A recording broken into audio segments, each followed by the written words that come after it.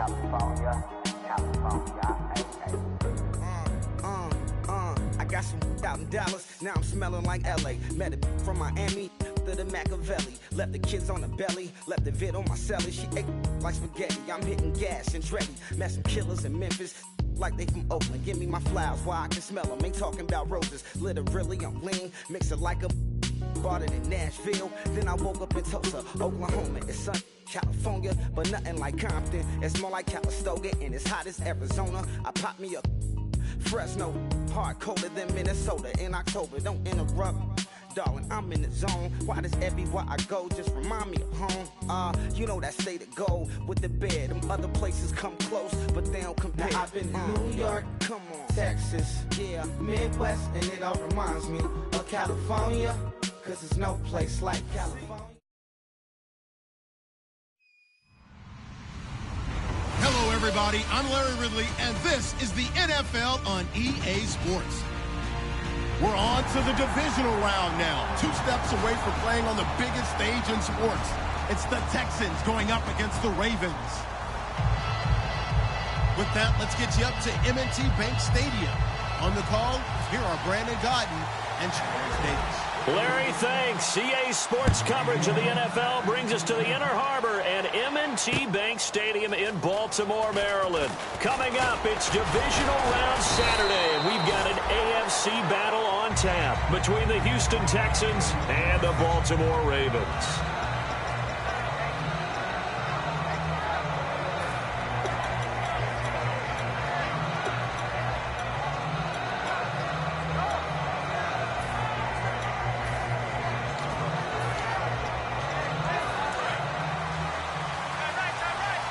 Possible run anticipation here as the D-line sandwiches together. Here we go. They go play action here on first down. And the Raven pressure too much. Down he goes. Dante Hightower in there to sack him, and that is 10 for him now on the year.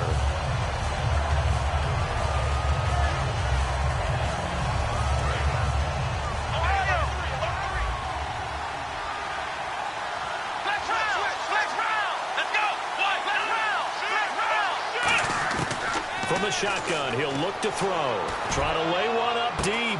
And got his man complete.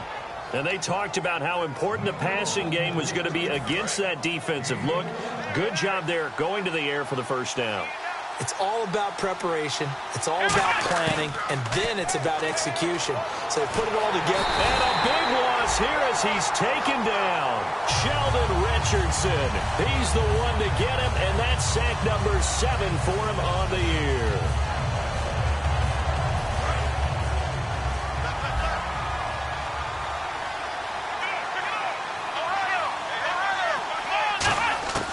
Out of the gun, they'll look to throw. He's going to wind up and air it out. The ball popped in the air and intercepted. And it's Clinton Dix with a pick.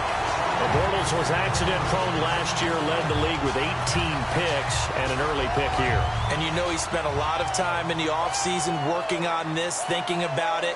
It's not that he's not going to throw any. They just hope that that number gets cut down significantly. And he'll take this one only up to about his 13-yard line. Just a yard on the first down carry, so it's 2nd and 9. This offense can be flashy at times, and a big reason for that is Perryman. I like the way you use the word big, because that's exactly what Brashad Perryman is. A big receiver with a ton of speed. Runs so well, yet that strength downfield really confounds defensive backs. Is it okay if I tell you I played against his dad in college? No, I'm just impressed that you worked confounds into the broadcast. I'm impressed I'm still alive because I played against his dad in college. And all the way in for a Ravens touchdown. A great play there. 87 yards. And the Ravens have taken the early lead. And those are the highlight reel runs you dream of right there. When he gets a seam and just gets through it, how about the explosiveness, the burst to get there to begin with, and then once he's in full gallop, good luck trying to track him down. And those plays so demoralizing for the defense. Absolutely, because you've done so much work trying to keep people in front of you. When they're past you and behind you, That's a tough one to swallow. And now out comes Houston. And following the interception, we'll see what they can put together on this drive. I can hear my old college coach right now. He always used to tell us before every game, the team making the fewest mistakes will win. What they're hoping is that last mistake is their only one of the game. Coaches, that's all they talk about, turnovers, right? Minimizing those and maximizing opportunities. He's got time in the pocket. He's going to take another shot here. That's caught inside the 20. A huge play there for Houston. 63 yards. The last drive he threw the pick, but he's not shy. He's going downfield again there. And you can't be, because if you back off after throwing an interception, your whole game plan just goes right out the window, and it makes things easier for a defense. And no escaping this time as he'll go down. They got him for a sack. Timmy Jernigan in there to get him, and that is sack number 15 for him on the year.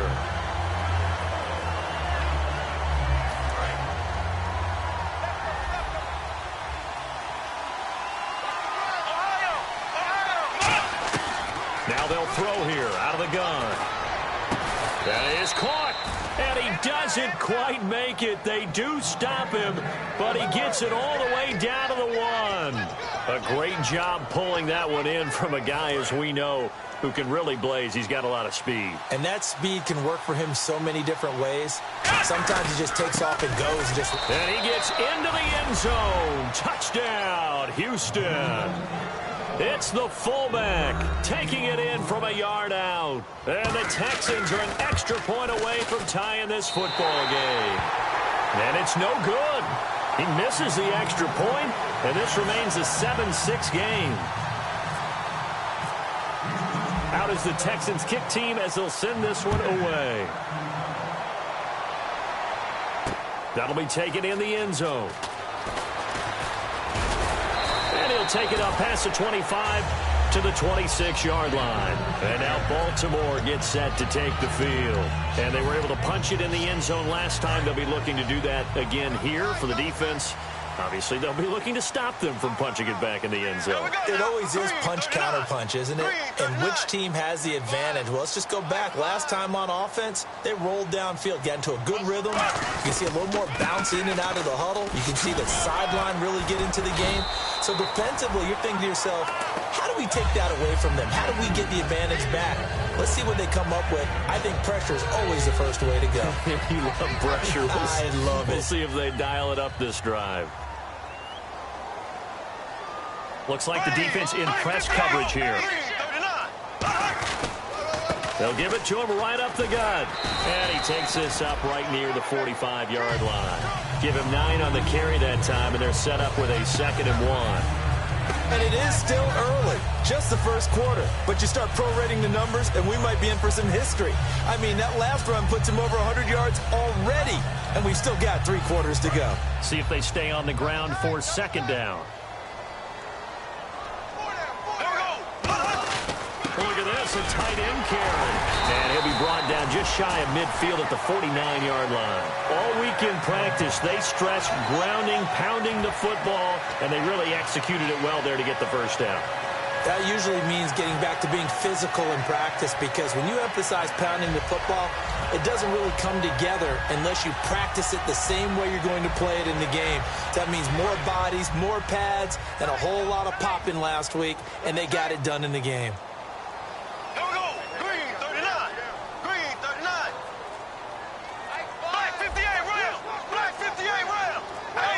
They'll need to get the play off quickly. Now they'll run it on the toss. And he's going to fight his way forward here for a modest gain. 5 yards on the carry. Good pickup on first down. The defensive crew for the Texans. Here's a look. Kevin Johnson's skills just continue to get better and better. An elite athlete out on the corner. He's up to the challenge of any receiver.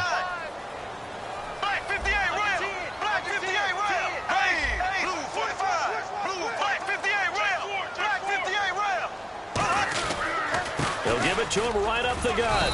And for one of the few times here today, this run's not going to go anywhere. Just a gain of a yard there, and now it'll be 3rd down. Well, that's not a run that's going to make any of the highlight tapes, but they've been moving it well all game on the ground. This is another one that keeps them moving forward. And now it's a 3rd and 4 situation for the offense.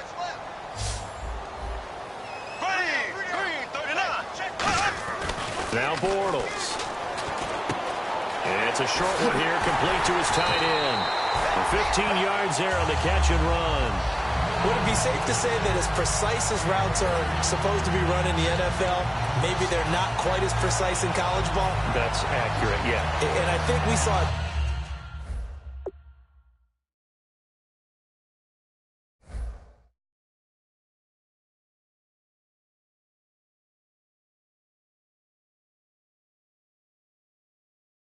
route in the NFL there. Just find the soft spot, find the dead zone, and find the first down. And that's what he just did.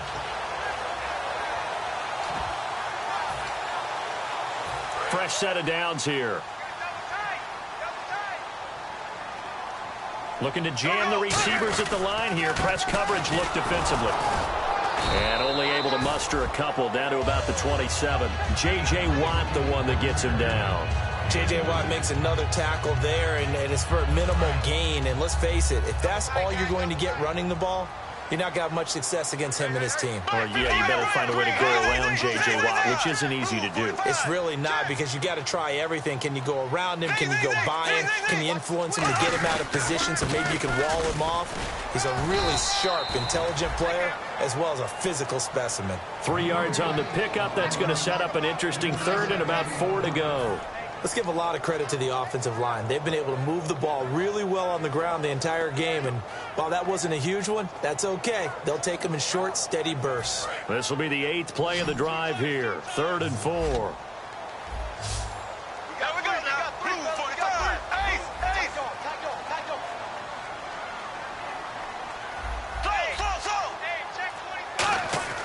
Throwing now is Bortles. It's a short one here, complete to the tight end.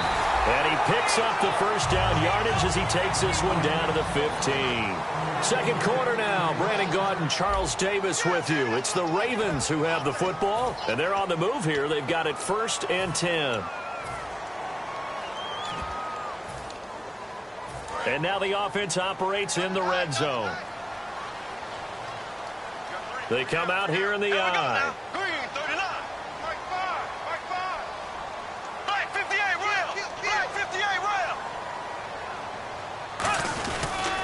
And he'll give it here to his running back.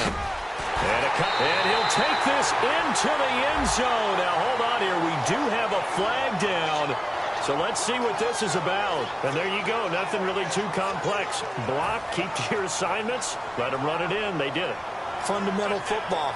Good blocking beats good tackling on that play. End result, touchdown.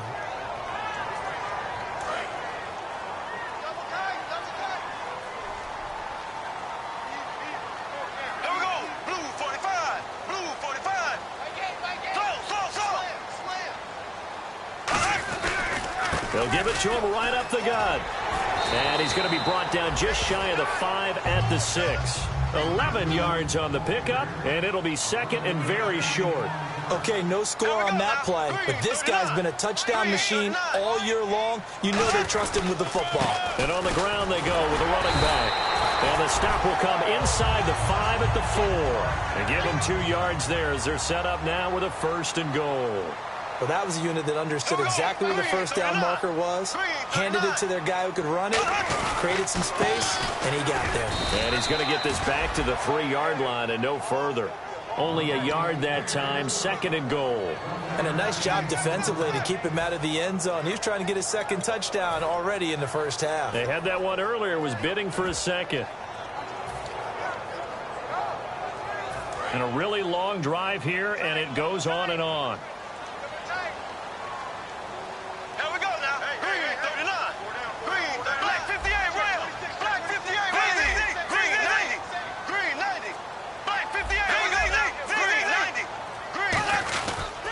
They'll give it to him right up the gut. And he'll go backwards, losing yardage to the 5. He lost 2 there, and it's 3rd down. 2 straight shots on the ground. Now on 3rd, do you go to the air? I think the possibility exists, and if you're doing it, you're probably going play action since you ran it twice. But I often think that second down is the time you go play action and throw the ball. I say commit to the run and think about it being 4-down territory.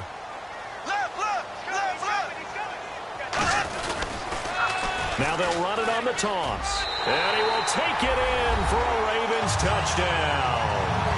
Corey Grant, a 5-yard touchdown run. And the Ravens will add on to their lead. Well, they decided to run it in and got it done on 3rd and goal. A lot of the times, that's a passing play. The kicker, this has to come out for the PAT. He can breathe a sigh of relief as well, right? Although I don't know if he's really breathing a sigh of relief. I think he likes to put 3 points on his ledger. And a fair catch signaled for and taken successfully. And here comes the Texans now. And they're hoping to capture some of that magic they had last time out when they were able to put together a scoring drive. But they're still down here, Charles.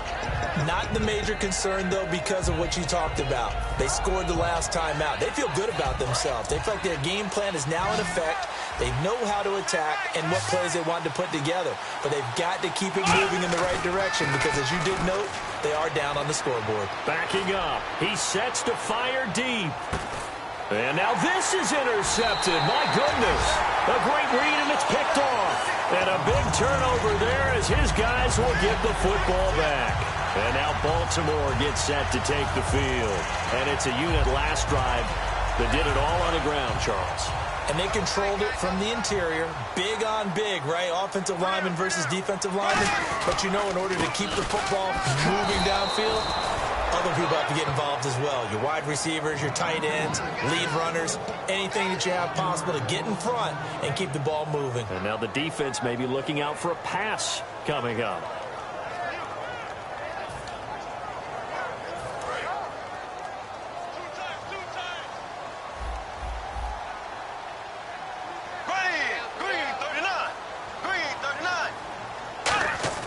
On second down, here's Bortles. And he will find his big tight end over the middle. A good pickup there of 20 yards. There are so many things to watch for when you play defense. And reading your keys, you always hear about that, and having your eyes in the right place. Sometimes your eyes can fool you. How about that play action there? And it sprang the big guy, didn't it? Able to dump it over the top to him. Now a handoff here to his running back. And he'll get this up to about the 40. A solid run on first down. Gain of 7 leaves him with a 2nd and 3. Some runs are blocked so well, you almost forget that someone has to carry the ball to gain the yardage. The leverage by the offensive line to create space up front, really well done. 3 yards to go on second down.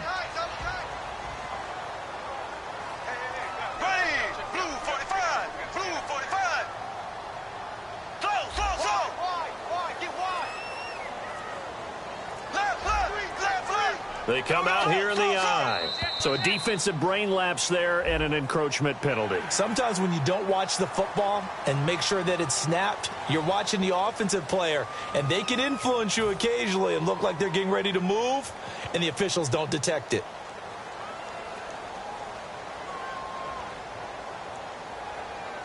So the offense has it 1st and 10.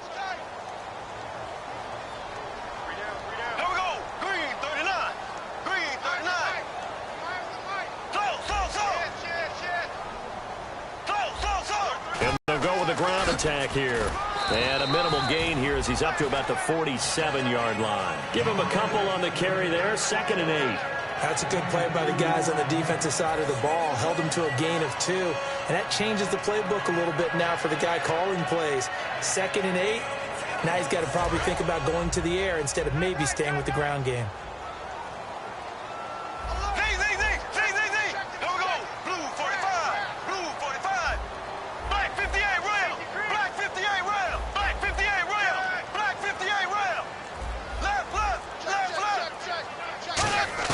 Now Bortles throwing on second down. And a throw right sideline is complete. That one goes for 24 yards. And a good quarterback facing facing zone coverage, if he has just a little bit of time to survey the scene, that's what's going to happen. No doubt about it. If there's no pressure, he's going to continue to pick them apart because he'll have all that time to find someone open downfield. He can only cover for so long. So maybe they want to go to a zone blitz scheme, get a little bit more pressure. Remember when Carolina did that against Denver? They lost the game ultimately. They dropped the defensive end out, and he ended up with an interception in that game in Super Bowl 50. Maybe some sort of scheme like that to try and get more pressure at the passer.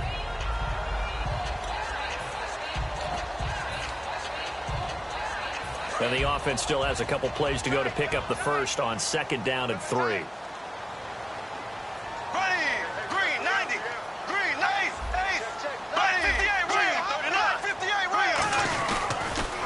Now they'll run it on the toss. And all the way down inside the 5 to the 4.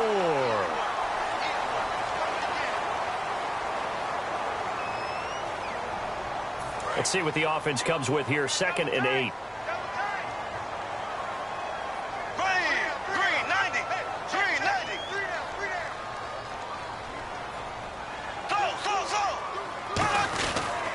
They'll give it to him right up the gut. And not much of a hole there as he gets it down to about the 24-yard line. Calling a gain of a couple, and that's going to leave him with a 3rd and about 5. Well, praise has to go to the guys on the offensive line because they've had a very nice, productive day running the football. How about that poor defensive line? They've been knocked around the entire game, and while they slowed them down on that run, can they continue to do so? Because they haven't had much success throughout this ball game. Play number 7 now coming up on the drive. 3rd and 5. They come out here in the I. To throw, it's Bortles. And incomplete. Almost intercepted. The D lineman almost had it. Couldn't hang on. So on 4th down, here's the Ravens Pro Bowl kicker, Justin Tucker, out onto the field. From the left hash, this will be a 41-yarder. Oh, and you just can't do that. 15 yards on the roughing the kicker call. Absolutely inexcusable. The kicker's in a defenseless position, and he just gets taken out. So it goes down as an 8-play drive, and they cap it with the field goal. Yeah, they were able to pick up a few first downs along the way, but they couldn't keep the momentum going all the way into the end zone.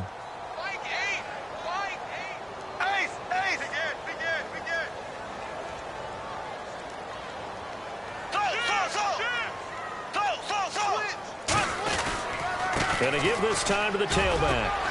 And able to push his way forward here for a good little gain. It's a pickup of 4, and it'll bring up 2nd down. And now they're in the hurry-up. Not a run that you're going to write home about, but still a good first down run. That's what an offense calls staying on schedule. 3 to 4 yards on first down, you're set up very well for the rest of the drive. And he continues to pile up the yardage. That puts him over $150 now. And this defense has really had its problems trying to keep him contained. And he'll be taken down, but he does have first down yardage. They give him 2 yards there as they're set. And now the Texans are going to stop it as they signal for a timeout. It's just their first, so they'll have 2 remaining here before we get to halftime.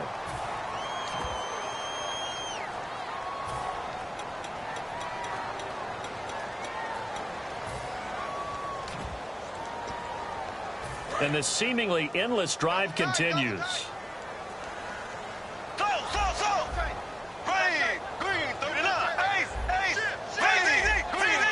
They come out here in the I.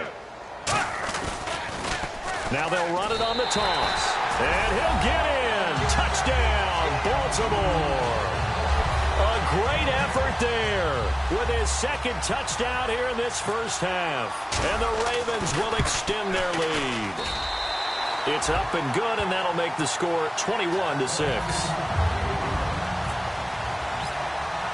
Tucker now to kick it away following the touchdown. This will be fielded on the back line of the end zone. And no run back here. This will be a touchback, and it comes out to the 25-yard line. And now out comes Houston. And what do you think goes on here in this situation? If you got the football, you're trailing, you're back in your own territory with just a little time. Do you try something? You're thinking about jump-starting your team, right? You just mentioned it. They're down. They're trying to get back into the game. But you got to figure if something goes wrong, you may have put yourself in a spot where you may not be able to come back in the second half. Managing risk is a big decision here. The Pro Bowler DeAndre Hopkins, the intended receiver. That'll bring up second down. Not too many things get to a quarterback of this magnitude, but I think it's safe to say that pressure can get to any quarterback. Now, he's obviously a great franchise quarterback, but felt the pressure, threw it incomplete. Here we go! Brand 38! Brand 38! It's going to be a long day. It's going to be a long day.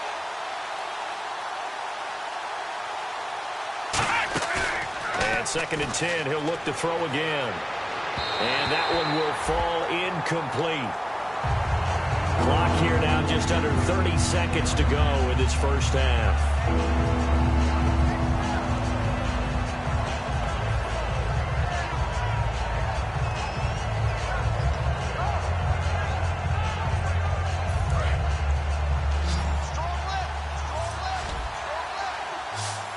So here we go now. An extra defensive back in there on 3rd and 10. He's going to let this one go deep. And that will be incomplete with a clock showing 18 seconds now to go. Well, they went for the big play there, but that drop could really hurt their momentum. On 4th down, here's Brett Kern to punt the football away.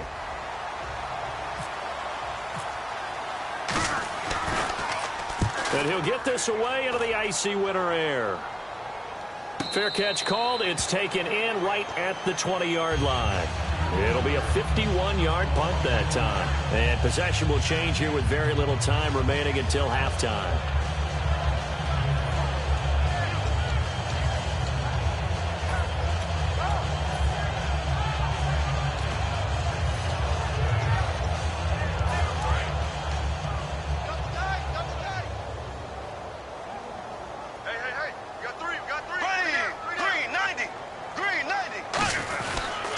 They'll give it to him right up the gut.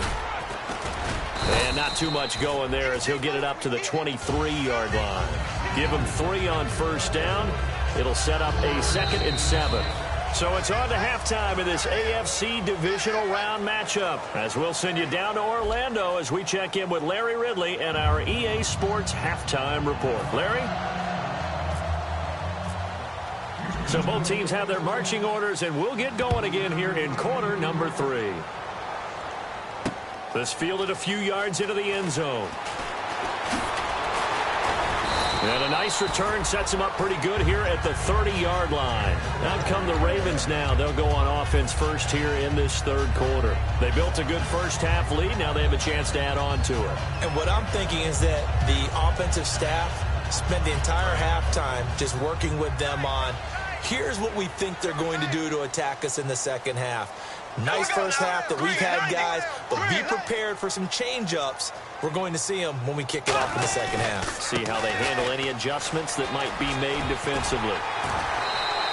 13 yards there on the pickup, and it'll give the Ravens a first down. Another good run there, and now we're seeing an offense that's imposed its will on a defense. When we talk about that all the time, what does it really mean? It means that the guys on the offensive line, they feel like they can do whatever they want. They're in the huddle saying, run it again. Give us another chance to smack someone and create some space. On the defensive side of the ball, not only have they imposed their will against you, you're almost powerless to figure out what you're doing there, but you got to keep your spirit up at the same time, and they're taking that too. Just a yard on the pickup there, and it'll bring up a 2nd and 9. In my book, that's running the ball well, but with intelligence. How about him keeping the clock moving, staying in bounds? Yeah, even though it's the 3rd quarter, you're thinking ahead, aren't you, second half? I agree totally. It's not just end-of-the-half situations that you worry about the clock. It's throughout the game. And with a lead, stay in bounds. Make them fight harder to try and catch you. They give it off here to the tight end. And he'll be taken down across the 50 at the 45 in enemy territory.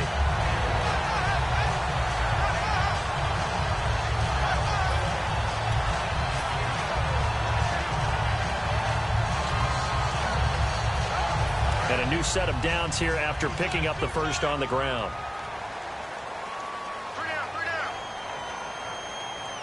They come out here in the I. They'll run with Marshall. And able to break one tackle, but then quickly brought down. But a nice little gain. A nice run there, 9 yards, and it'll be second down. You know what really fires up offensive linemen? When the guy that is carrying the ball behind them can create his own space and break a tackle along the way.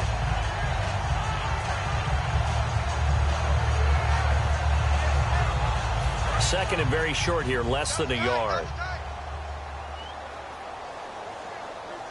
Here we go now. Green, 90. Green, 90. Left, right, 58, rail. And the play clock's running down. Now they'll run it on the toss. And he'll lose yardage on the play back at the 37-yard line. It's a loss of 2, now third down.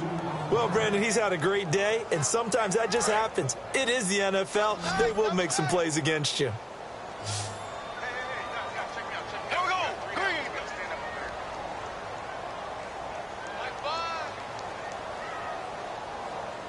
Left. Hey, green, 39. Green, 39. They'll give it to him right up the gut.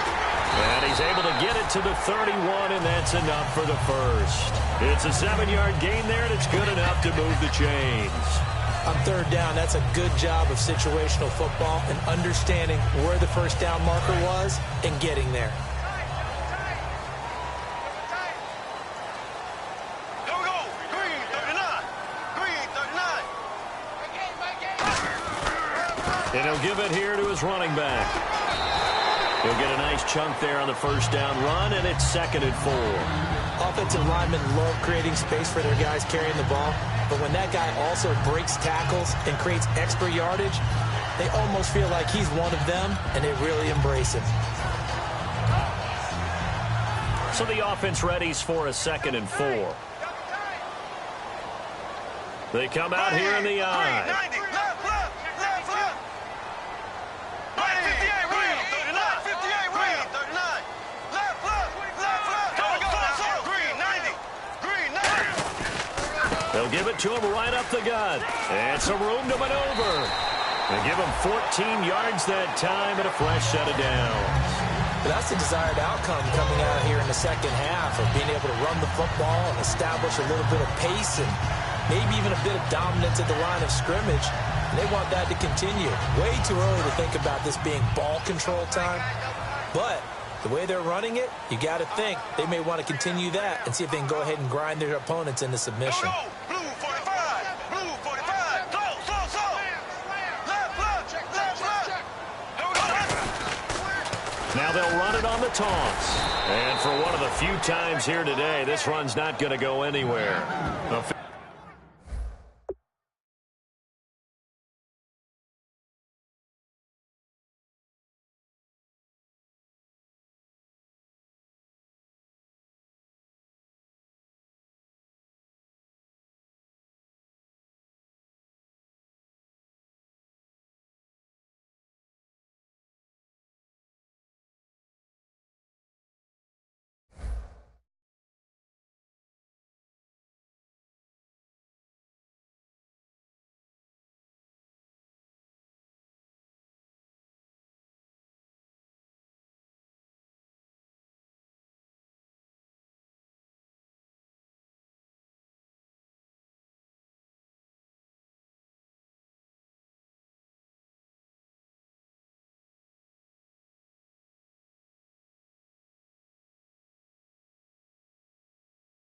Officially no gain on the play, and it's 2nd down.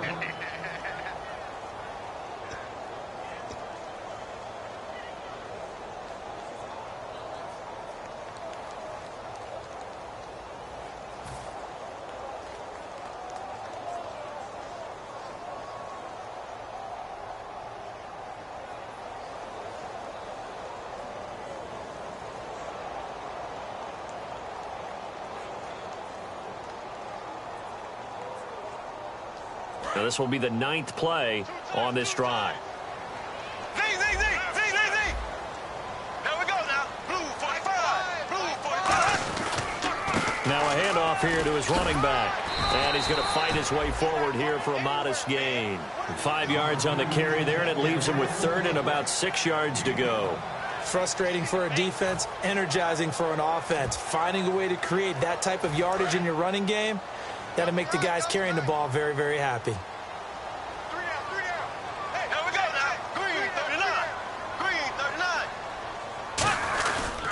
They'll give it to him right up the gut. And he'll take it into the end zone for a Ravens touchdown.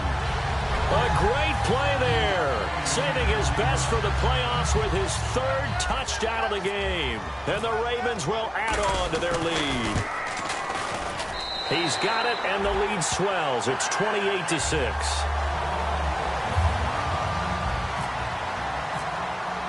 Tucker now to kick it away following the touchdown. And no return on this one as the fair catch is signaled for and taken. Now we take a glance at the offense as they work their way back out for their first possession of the second half. They trail offense first time to touch the ball in quarter 3, and we'll see what they can do. And I can't wait to see what they have planned, because some teams script to start a half. Other teams just go, okay, these are the sequence of plays we want to run. These things worked well for us. And sometimes they throw in that big chunk play right away. Shocker. Try and get after them early and try and create a big play to give themselves some momentum. See what they have up their sleeve.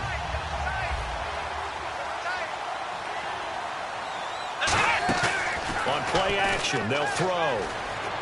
And it's complete to Ladarius Green. 8 yards on the completion, but now they face third down. So they're on that play. Offensively, they ran the crossing route. Defense was in zone coverage. So as a former DB, how tough is it to defend that? It's really difficult because your natural inclination is to chase the receiver and maybe leave your zone. So you have to have discipline in order to talk to your other coverage guys and let him know that that receiver's crossing from your zone to the next zone. He's coming your way. Make sure you have him. And then when the ball is actually thrown, secure the tackle. When they're moving on crossing routes, if you miss a tackle, it usually results in a big play. Now the Ravens bring out an extra defensive back here on third down. Could be a blitzer. He'll look to throw. And it's caught over the middle by the tight end Green. At 5 yards on the play there, the drive will continue. And they're on third and short. They just tried to spread the field. It worked. And I think that the spreading of the field, the extra receivers, has really become the next in the evolutionary chain in the NFL. Go all the way back in that situation, you're handed to the fullback, right? As we evolve, maybe you pitched it to your tailback. Now you spread the field, and you have your choices of where to throw it and complete it for a first down. When you see zone defense and you know you've got a drag route on as your primary call, you've got to be really careful as a passer about how far you let your guy go, because he might wander into some tough coverage. Watch left, watch left, watch left. Stop right there. Come on, let's go. Back to throw again. Going up top. And both guys were there, but it falls incomplete. And when all else fails as a defender, when you're not there in the coverage, your best friend is exactly what we saw there. A big play shot taken by the offense. Unfortunately, it ended in a big drop. A nickel back added defensively as they look to stop this 3rd and 8. They'll look to throw here. And he comes back with one complete. And he's got a first down as he's up to the 48. He went full scale, loose, flexible, finding a way to catch the ball in some traffic for a key first down. Yeah, really a nice job of adjusting to the ball in the air. Not the most accurate of throws, but able to adjust and make the grab. Let's go, Ohio! On first down, he'll drop to throw. And no escaping this time as he'll go down. They got him for a sack. Dante Hightower in there to drop him for his 11th sack of the year.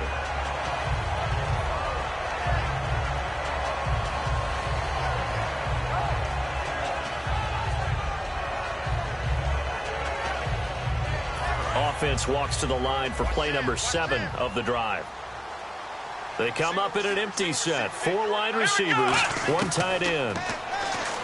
They'll set up to throw. He's going to go for a big play downfield.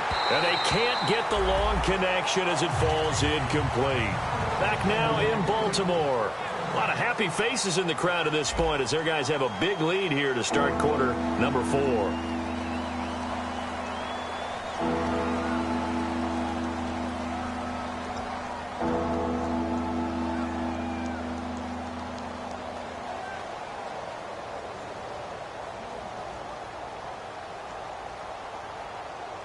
Ninth play of the drive now on 3rd and a country mile.